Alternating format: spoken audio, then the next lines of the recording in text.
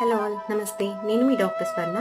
సరస్వతి లేహ్యం అన్నది ఎవరు యూజ్ చేయాలి, ఎవరు యూజ్ చేయకూడదు అండ్ ఎంత డోస్లో తీసుకోవాలి, దీనివల్ల ఎటువంటి ఉపయోగాలు ఉన్నాయి అన్నది నేను మీకు చెప్తాను.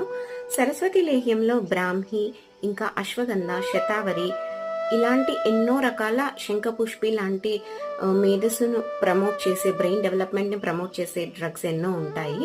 ఇది మీ కిడ్స్ నుంచి అడల్ట్స్ వరకు ఎవరైనా యూజ్ చేయొచ్చు. ఫ్రీక్వెంట్గా మాట సరిగా రావట్లేదు, మాట నత్తి లైక్ తడబడుతున్నారు మాటల్లో, అండ్ స్టబాన్గా ఉండదు వాళ్ళ స్పీచ్, అండ్ జ్ఞాపక శక్తి సరిగా ఉండట్లేదు.